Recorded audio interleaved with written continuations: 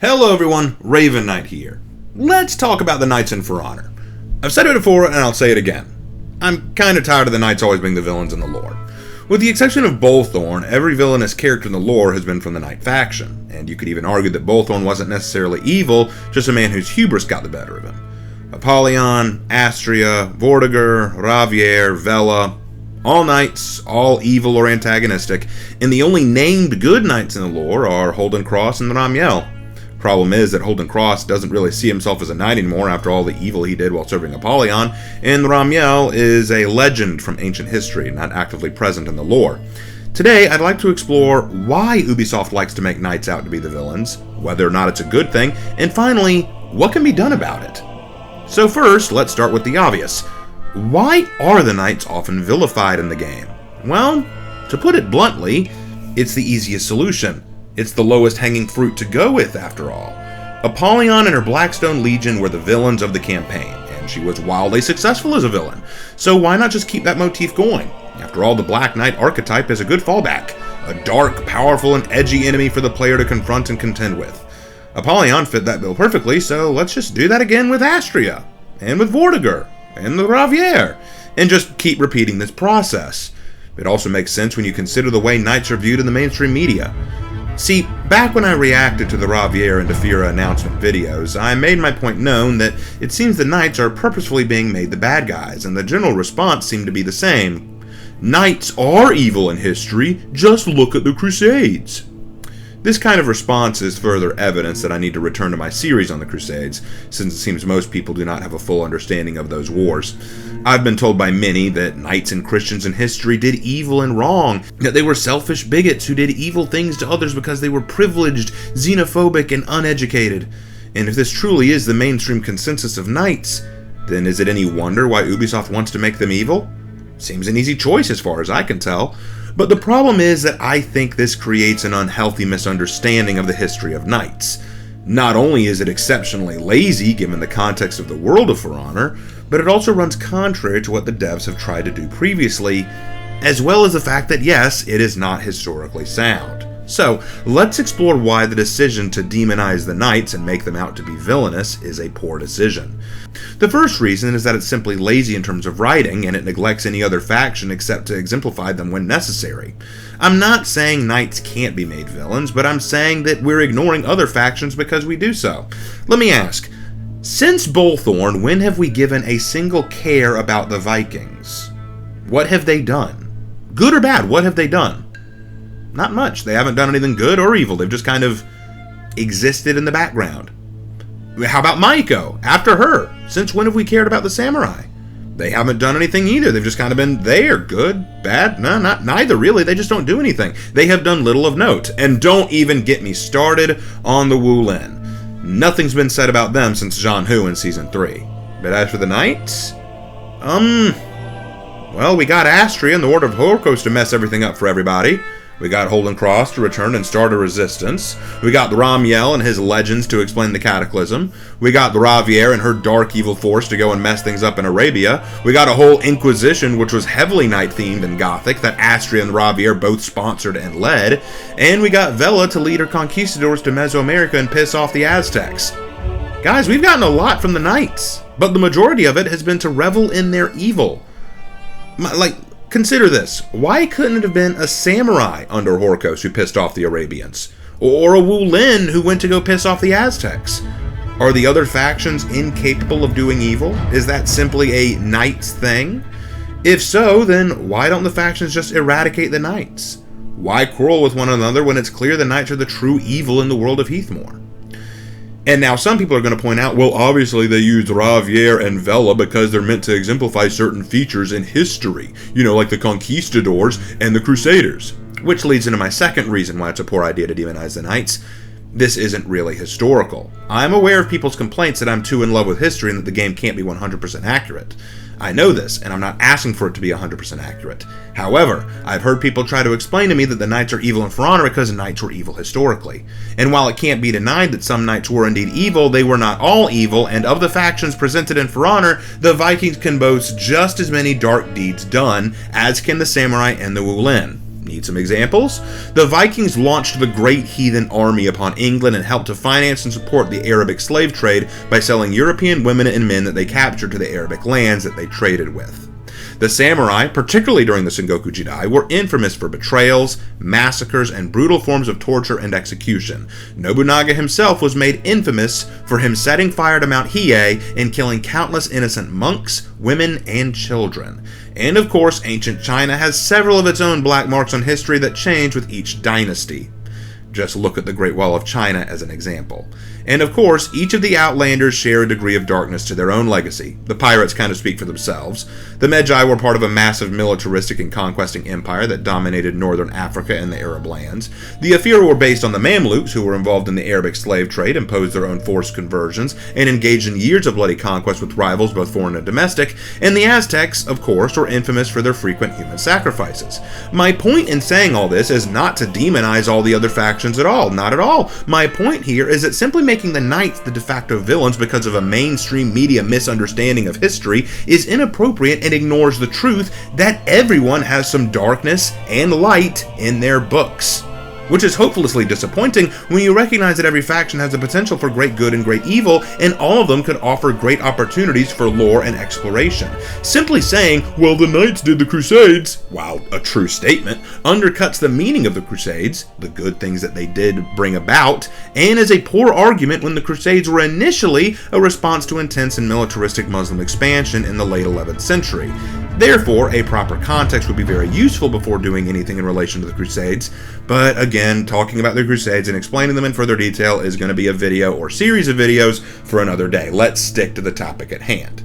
Now, before I go any further, everyone out there about to call me a history simp, I want to say this and set the record straight. I personally care more about integrity than I do comfort and complacency. I choose not to settle for a black and white narrative of history that is comfortable and easy to digest when I could be challenged and explore the far more fascinating and nuanced truth of history. But even if I do concede that point and ignore historical truth entirely, can you look me in the eye and tell me that you don't find it suspect and lazy that For Honor doesn't like to look beyond the Knights when creating its villains?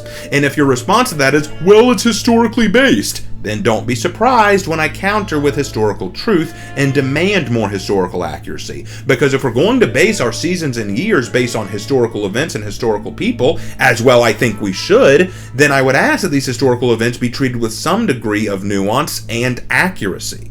Is that too much to ask?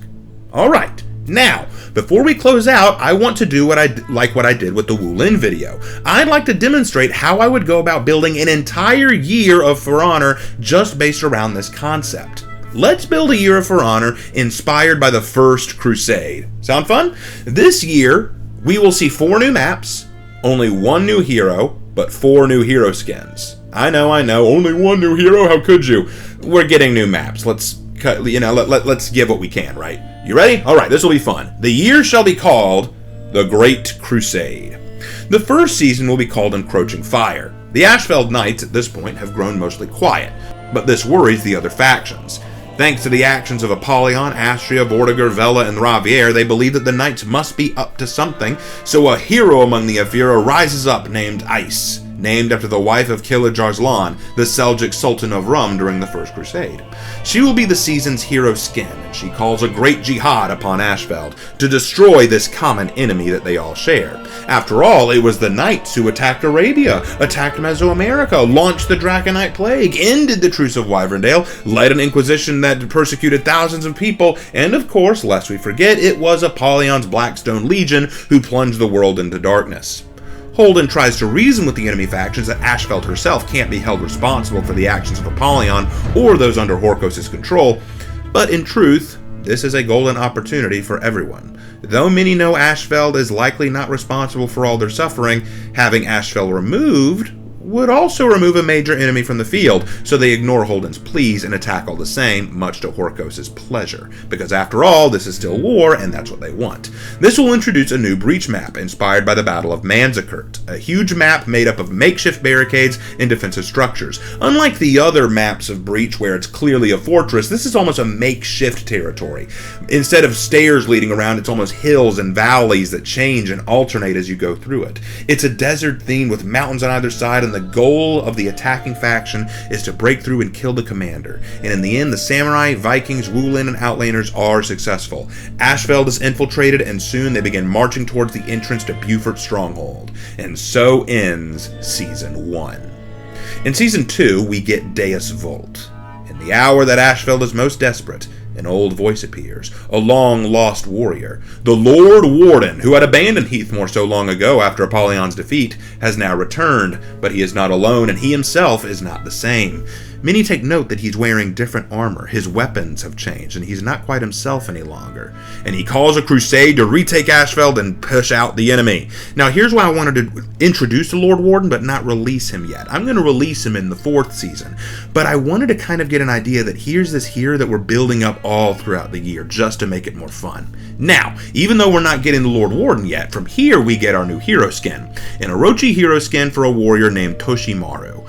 Put in charge of Westhold, one of the provinces of Ashfeld, and he's a highly accomplished warrior who remains here to hold the territory for his allies and ice, and it's also a staging area for moving provisions and supplies.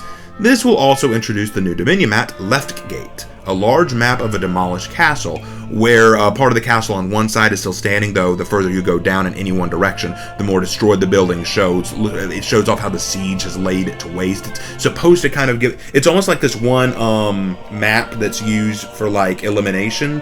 Very similar, only it's longer and designed more for Dominion in mind.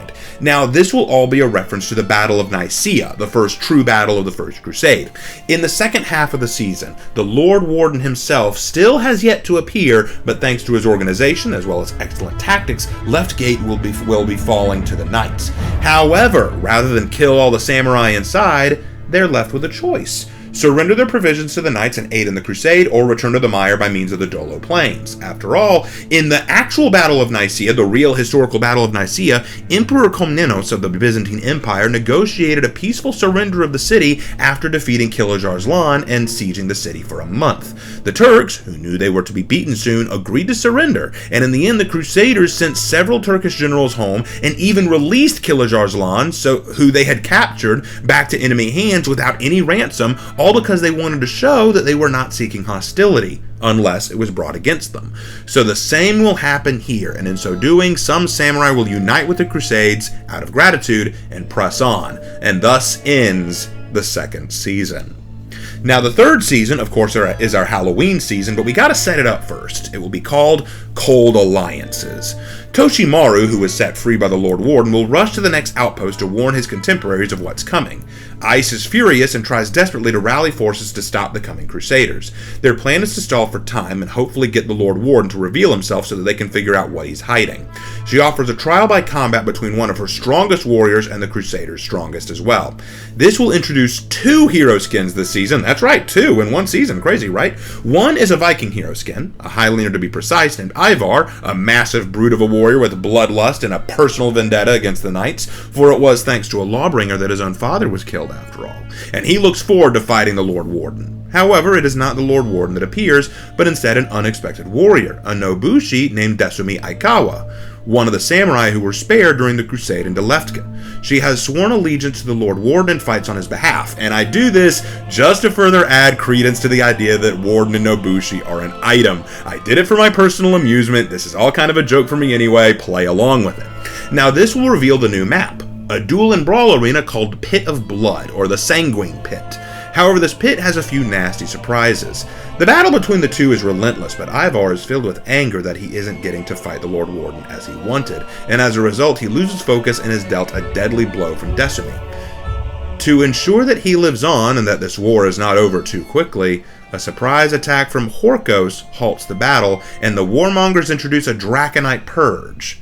The resulting mutations create mutated monstrosities out of several Crusaders, Vikings, Samurai, and Wulin alike, and these mutated abominations become the theme for this year's Halloween event, Call of the Damned. In this game mode, you play a version of PvAI Breach, where you fight your way through the Breach map, but all the minions and officers are mutated abomination-like monsters with draconite growing out of their bodies. They do twice as much damage to you, but in exchange, instead of a flag to shield your ram, you have a holy spear, not unlike the hammer from the Jormungandr event. This spear will kill minions instantly and passively heal allies within its radius of effect, but your own health is lowered as a result. The spear will disappear after using it for a set amount of time. Using it on the Breach Commander does deal twice as much damage too, so it's a good thing to grab. And this is all in reference to actual history at the Battle of Antioch, in which the Crusaders were struggling to overcome Antioch, but one knight claimed that he had discovered the Spear of Longinus, the spear that pierced Christ's side, and this discovery added more fuel to the Crusader fire. With this victory and the defeat of the abominations, Ice flees with her upset and stupefied army back to the border to hold out and try to regroup. But the time has come for the Lord Warden to finally reveal himself. The fourth season is called Holy Sepulchre. Rumors are spreading that the Lord Warden has taken the field and Ice is sweating bullets. They were doing so well till now, and she's running out of options. The Draconite attack spooked her. She didn't expect Horkos to get involved, and she was also terrified by the fact that the Lord Warden still hasn't appeared. And the Crusade has now pushed Ice back to Mount Ignis, and as we all know, the Knights can't let anyone else have that place. So the final battle is set, and we get a new Dominion map called Ignis Fields, a massive Dominion map with streams of lava instead of large ledge zones. Smoke fills the sky, and lava rolls along the ground. In fact, I have this idea that occasionally across the minion lane, a lava pool will run down, like a little lava stream, and it'll randomly kill minions, thus making it more unique on how you have to fight for Zone B, right? You have to fight for the minion lane a little bit differently because lava may run down and kill everything in its way. You gotta be more careful. It's all a desolate sight, but as the battle begins, the Lord Warden steps out, as well as his new knight hero order. The Paladins, the new hero of the year. A non-gender locked order, they are armed with heavy metal armor, wielding a large shield and a warhammer weapon. One side of the hammer is blunt and a battering edge, and the other is a sharp spike, so it's not quite the same as the Jormungandr's weapon or the mace of the Aphira. The Paladins are living tanks of the heavy class variety, not necessarily vanguards, and unlike the Aphira who focus on dodge and maneuverability, or the Priors who focus on counterattacking, the Paladins pummel opponents by tanking damage and feeding it into their attacks.